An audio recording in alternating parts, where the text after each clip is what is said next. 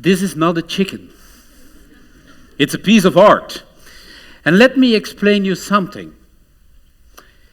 Chickens are the most domesticated animals in the world and also the most purebred animals in the world. But this one, what you're facing here, is a hybrid. It's a crossing between a chicken from Belgium, France, and England. Every day we are facing 65 billion chickens a day and 60 million tons of eggs. Every scientific magazine today is telling you that a society without chickens and eggs is very difficult. And I tell you why. It's a protein bomb. 80% of developing countries are eating chickens. And if you think about the creation of vaccines, it's all based on chicken eggs. But I take you to the history of the chicken. There is only one chicken in the world, which is the red jungle fowl that lives at the feet of the Himalaya. And by human interest, it brought his genes all over the world. And by mutation and manipulation, humans were creating in every country a chicken that tells something about the country. So the chicken is not only made for consumption, but also for aesthetical reasons. And I'll give you a good example. This one. This is the poulet de Bresse from France. It is red in the head, white in the body, and has blue legs. It's the French flag. So in this one, this one is the silky. It's a furry chicken, and it's made in China. So the idea was silk. And I was thinking about all these animals who were creating in all these different countries. And actually, what were we doing? We were making this chicken always the same in every country. And I was thinking, is this right? Can we do that? Can we draw a frame around a living animal? And I was not sure. I think to make real evolutions, once in a while you have to break those frames. That's why I'm starting this project, Cosmopolitan Chicken Project, as a crossbreeding project between chickens of different countries. It's actually love between chickens of different nations.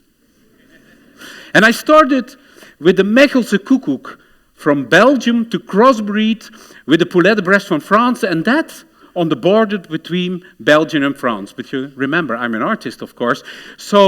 But actually by doing this in art, you start to tell a very big thing, a very big story.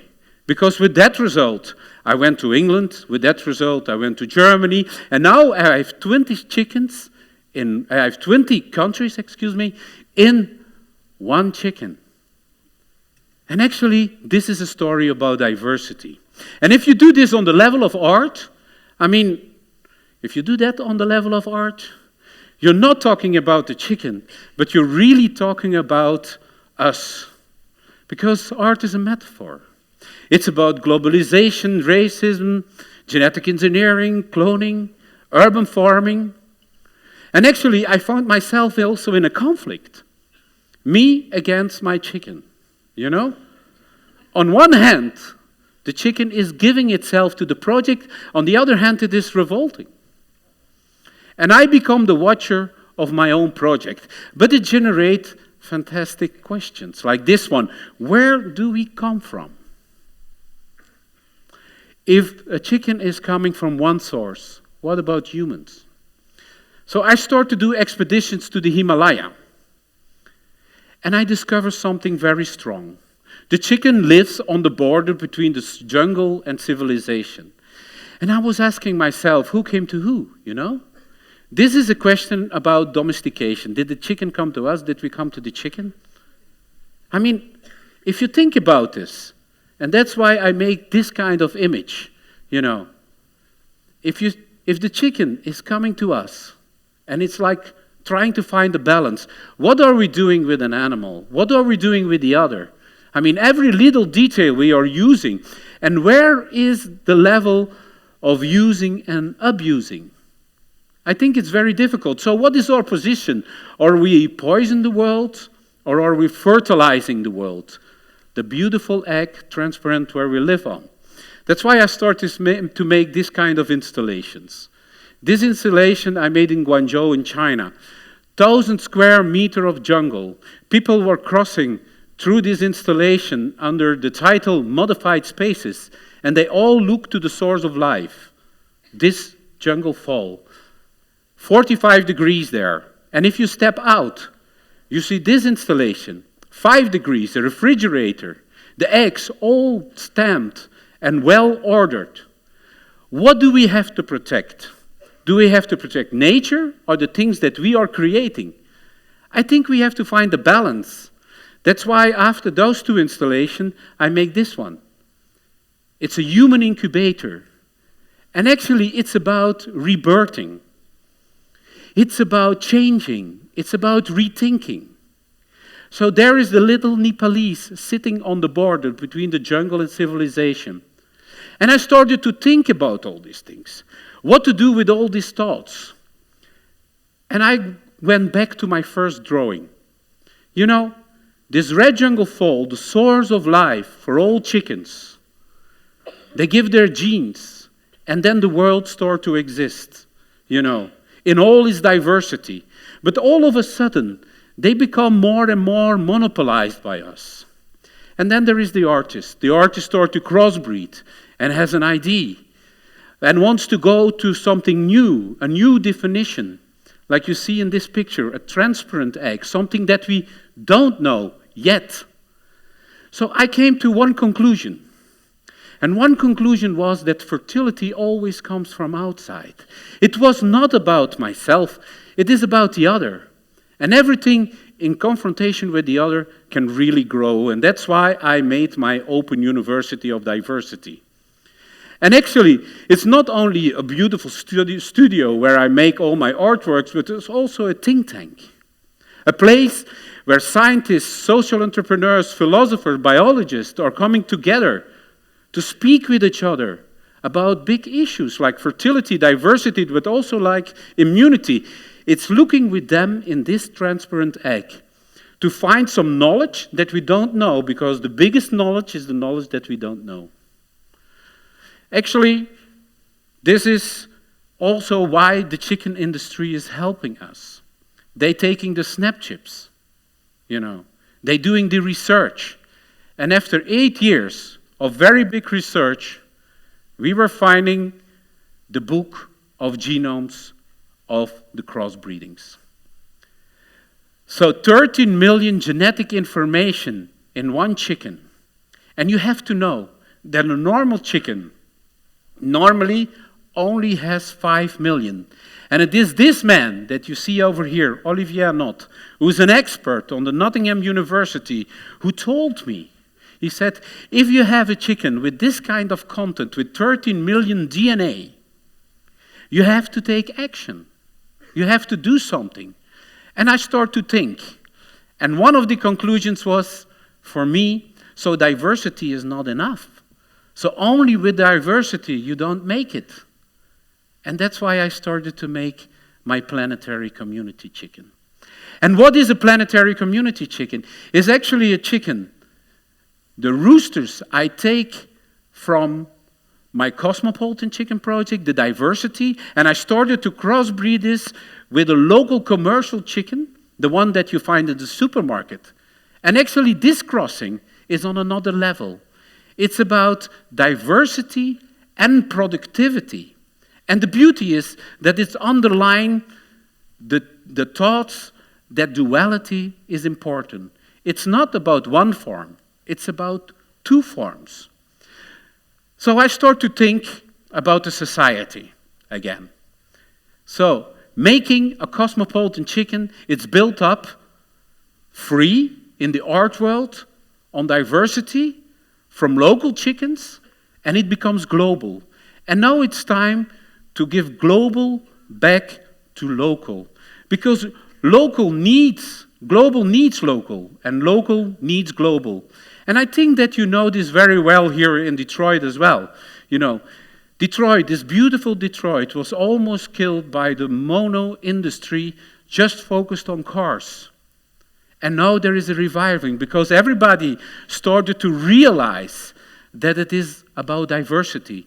And that was one of the reasons why Wasserman Projects was inviting me to come to Detroit because they said, you know, you have to bring your chicken into Detroit because maybe we can create something which is useful for this beautiful city. And we started an exhibition, and we built it around this book of this 30 million genetic information.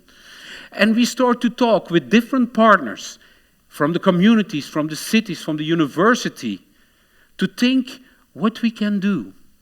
And it was not only talking, but was also taking action, like here in this installation. Every nationality who was working on the Cosmopolitan Chicken was reading their part of their DNA, their 50 pages in this big book. You know, the planetary community chickens took wings. I was invited also in the National Art Gallery in Zimbabwe, where I was bringing the chickens into this museum. In the museum, we were making this installation with women from the communities and orphans. Normally, this kind of people are never visiting a museum, but now they are part of the big discussion. They are part of thinking about globalization or crossing or sustainability. And it gets a lot of attention from other companies like ILRI. They invited me to come to Ethiopia and to work against poverty.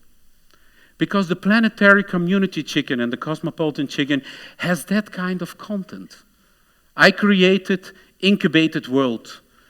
ILRI is the biggest livestock center in the world, supported by all universities around the world.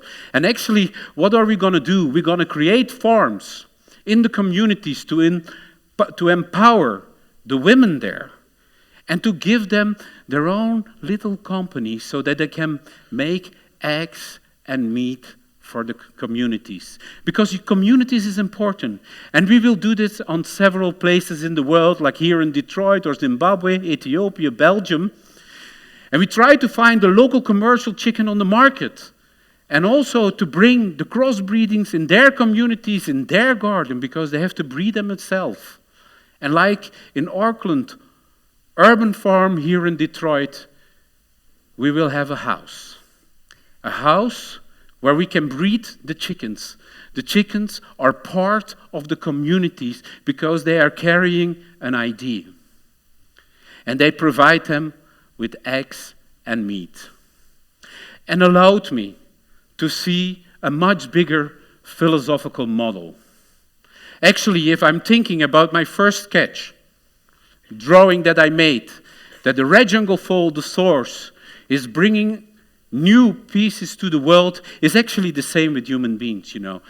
A human is an ID. And it can spread this ID all over the world. And it can become very complex and very diverse. But if we like to make evolution, we have to talk to each other and we have to bring this complexity together in a new point. And it's not only about one ID. It becomes very, very, very complex because there are many people, diverse IDs. But believe me, if you don't take the complexity with you, there is a point that you think you go back. But going back is not an option. The real evolution is when you take it with you. It's about energy, communication, and life. And actually, it's like a normal conversation between two people. When two IDs are clashing to each other, then there is a magic space in the middle, because I believe more in giving comment than criticism. And if you fill that magic space with the ideas of both, you know, then there is growing something inside which is very new. That new thing, with this mutation, and you allowed it, that's a new evolution. And the conclusion of my talk is this one. I think that every organism is looking for another organism to survive. And I thank you so much.